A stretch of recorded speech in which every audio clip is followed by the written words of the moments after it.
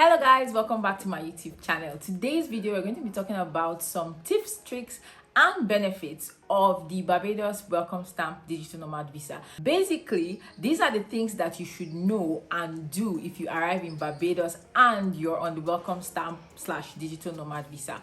Number one thing I recommend once you land on the island is to get a SIM card.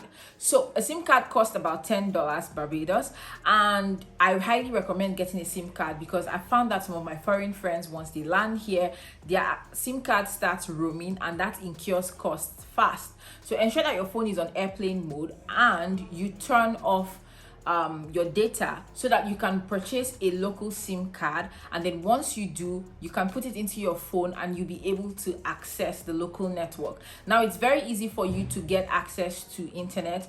They usually open Wi-Fi's everywhere, but if you want to buy data or something like that, there's an app you can download, and then after you activate your SIM, you should be able to purchase data, buy airtime, and do whatever you want to do, which makes it much easier for you to get access to any of the local facilities. Now, once you have your SIM card, the next thing that you want to do is to find an apartment that you will settle down in for long term. Short-term rentals tend to cost more, so you want to make sure that you find a house that you can stay in. And once you do that, ensure that you do get a rental agreement, right? You want to get a rental agreement in your name, and you want to get a copy of that for your own keeping. The reason for this is because if you're a digital nomad, you're probably going to want to maybe change some of your bank details, not your local bank details, but like your online bank details if you use things like Payoneer or Wise, and they are going to ask you for a rental agreement to prove that you're currently living at the address that you say you are.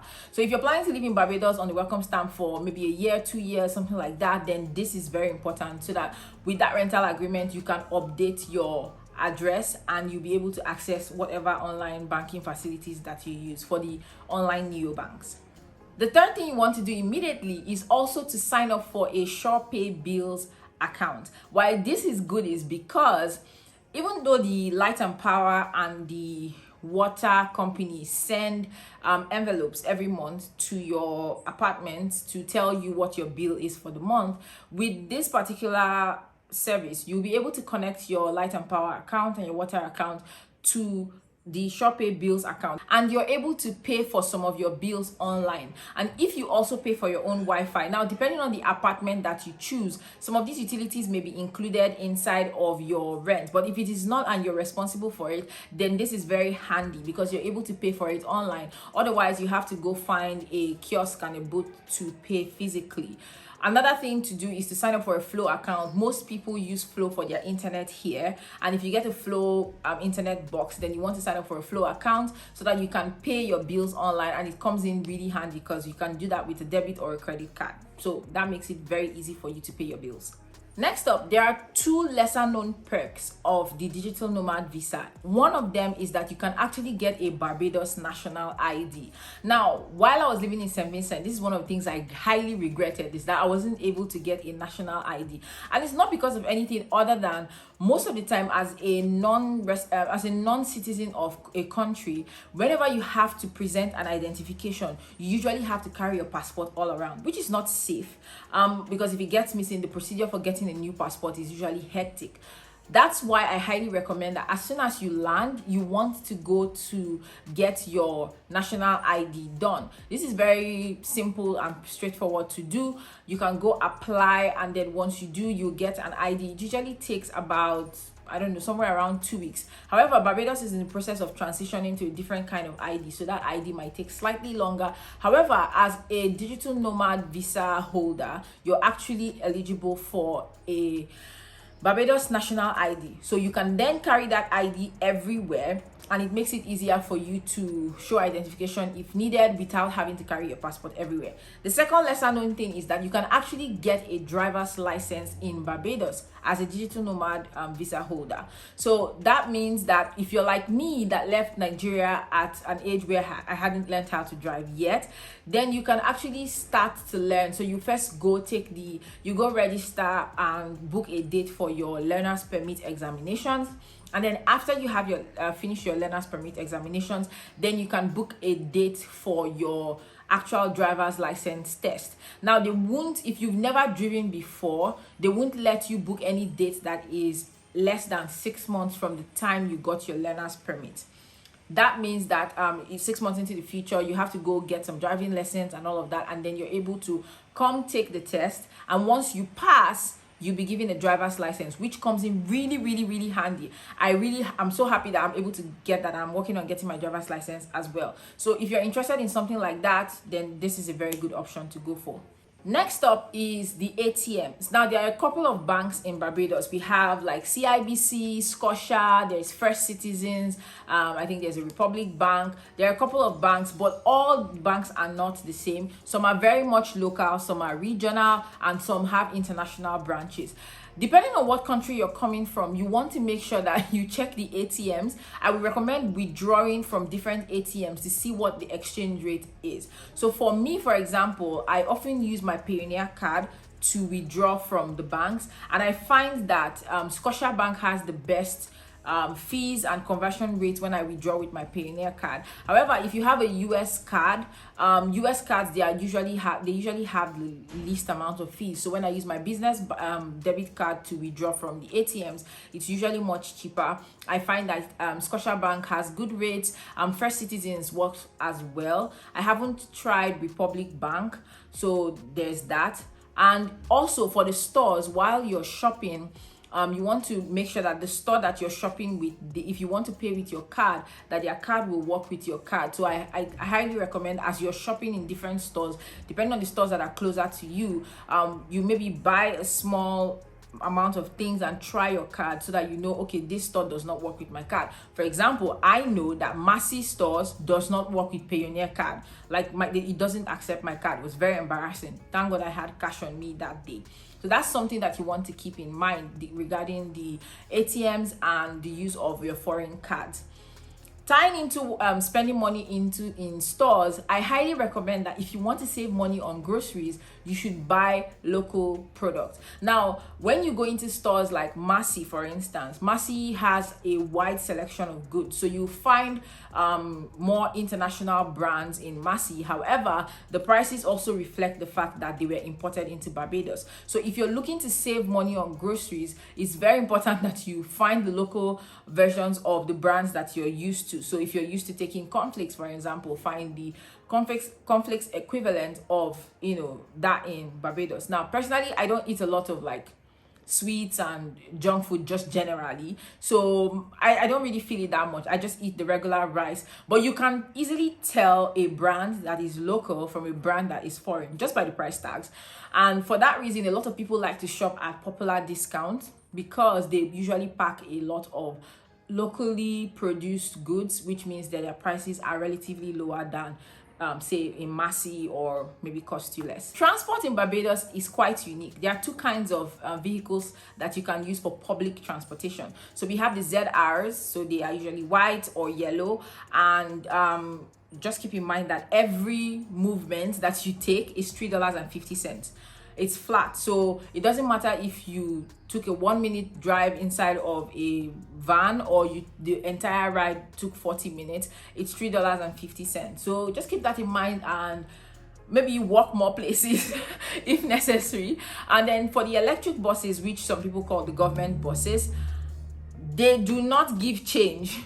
If you don't have change, now this is not hard and fast, but like maybe when you enter inside the bus, you can maybe ask somebody if they have change. As everybody's entering inside, maybe you can pair up with someone and they will give you coins or whatever. However, I just think it's much easier for you to get a coin purse. So I have a coin purse that I use, and I put all my coins inside there, and it just makes it easy for you to pay $3.50 anywhere you're going without looking for change, and it makes things much easier. So just keep that in mind if you're planning to use local transportation. And the ZRs may take USD from you, but the electric buses won't take USD from you. So just keep that in mind when you're using the public transportation. Now there are taxis, but they are pricey because we are taxis. So I wouldn't recommend using taxi services as much. I would recommend trying to learn the public transportation system. And if you're ever lost, just find a bus going to Bridgetown, Once you get to Bridgetown, you can always find your way from there. I like to say all roads lead to Bridgetown. Even if where you live is so far from Bridgetown, it's ridiculous. At Bridgetown, it's like a central place. It's huge, so you're more likely to find assistance, buses, or even taxis. There are a lot of taxis in Bridgetown, so even if you wanted to take a taxi, it would be much easier for you to, get it from Bridgetown. Tying into getting taxis, there are a couple of apps that you should use if you're in Barbados to help you. So number one is the Hopscotch app. So if you're looking to order food online from some of the restaurants and fast food joints or whatever, Hopscotch is a very good, I'll leave a link in the description. So Hopscotch is a very good app, so you can use it to order food. Many of these restaurants actually have their own ordering places. Like KFC has a WhatsApp line, and Chefette has a place you can go order online. But if you want to go to a place where like some of these smaller restaurants might be there, then you want to try Hopscotch. Now keep in mind that delivery fees are usually around, like, I think the cheapest you can get is like $15 for a delivery. So keep that in mind when you're ordering, if you're not the kind of person that likes to pay for delivery. Second app, Pickup Barbados. Pickup Barbados is very good for getting taxis. Sometimes you might have a taxi driver's number, but he's not available. So what do? You can get a taxi on the go when you're not near your taxi driver. Your taxi driver is too far. Usually on average, it takes about 10 minutes for a taxi, because again, there are not so many taxis, and depending on where you live, in fact, the farther you are from Bridgetown, the less likely you are to get a taxi fast. So I like to recommend that if you want to go out, once you come out from the shower, you book a taxi. And if you're someone that dresses up quickly, like if it could take 15 to 20 minutes to get the taxi here, for the taxi to arrive, then that would be enough time for you to finish dressing up and things like that. So that's what I recommend if you're trying to go out and you need a taxi. So that's the second app that you should use. I've already talked about Flow also has an app, so that helps you pay your Wi-Fi bill if it's not included in your rent, and you can also get the SurePay bills app. If you use Digicel as your mobile SIM number, they also have an app, so that helps you buy airtime online and also to purchase data to browse online. Otherwise, you have to buy physically from people who sell airtime along the street, or maybe one of their Digicel kiosks. Okay, in Barbados, we sometimes have water outages. So maybe if there's like a hurricane season or something like that, sometimes the water will be out. And if there's a repair going on as well, the water will be out. If there's also a repair going on, in some places, the light might be out. They usually announce it on their Facebook pages. So the Barbados Water Authority and the Barbados Light and Power Authority, they usually post it on their Facebook pages. So I like to just say, check if the wind starts blowing anyhow, check on Facebook so that you get updated. They will also, like, for example, if the power outage is going to be for a very long period of time, sometimes they will come and like drop a message. So for example, and I'll see if I have a recording of this, but we were going to have power outage for the whole day on a Sunday because they wanted to fix some things, and the day before they actually told us. So I just stayed out of my house throughout the period, and then I came back when they were done and we had lights by the time I got back home. So they will always keep you informed on that. And a bonus thing that you should know if you're coming to Barbados is that the water is hard, and it might take some getting used to. So the first house that I stayed in, which was an Airbnb, the water was really hard. It was bad that I had to call the guy and say, okay, I don't know if this is just like a tourist thing, but like the water tastes weird. And he was like, oh, sorry, the water is hard in Barbados, that if I can't stand it, I should either boil it, then refrigerate it, or I should buy bottled water. So initially I was buying bottled water, but then I was like, this is not sustainable. However, the second house that I moved to, I don't know what is different, but the water in this house is actually better. I can drink the tap water.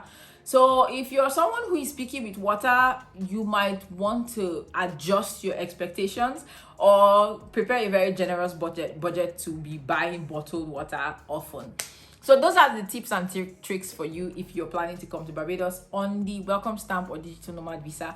If you have other tips, if you're from Barbados or if you're living in Barbados as a digital nomad, leave your comments in the comment section below. I would love to know. I've been living here 1 year and it's been an exciting ride. I also have a resource if you're planning to come to Barbados on Digital Nomad visa. So check out my description to get more information. If it's not ready yet, you'll know, but once it's ready, it will be in the description as well. I'm also going to be talking about my first year in Barbados, my first year experience living in Barbados as a digital nomad on the welcome stamp, all the things I liked, the things I didn't like, things I'm hoping that would change, things I'm planning on doing, all of that stuff in another video. So if you're looking forward to that video and you want to see that video, then hit the subscribe button. Don't forget to like, comment, and I'll see you guys in the next one. Bye.